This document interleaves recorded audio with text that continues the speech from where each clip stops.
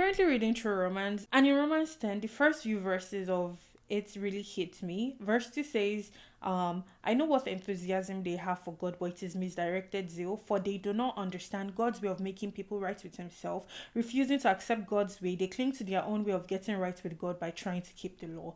And here Paul is talking about, the people of Israel and how, they have a way of getting right with God, which is by keeping the law, but God has a new way through Christ of getting people right with himself.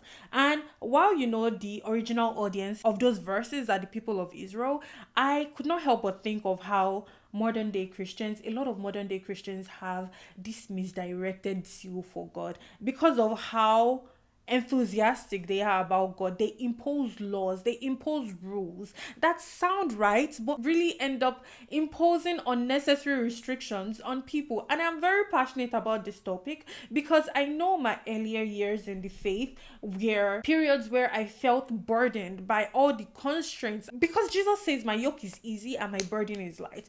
And I have been reflecting this past few months on how I did not feel like God's yoke was easy and I did not feel like his burden was light. And when people would tell me that, oh, his yoke is easy and his burden is light, I'll be like, sure, that sounds scripturally correct, but I personally cannot relate with that. And it is a lot of times because of people's misdirected zeal, where they impose unnecessary restrictions, and because of they show some form of zeal, they think it is right in and of itself. But when your zealousness is making people believe in a righteousness that they can get right with God in their own way rather than the established way of true Christ having died on the cross, it just, I feel like it draws people away from the faith and the true core of the gospel, which is Christ dying for us.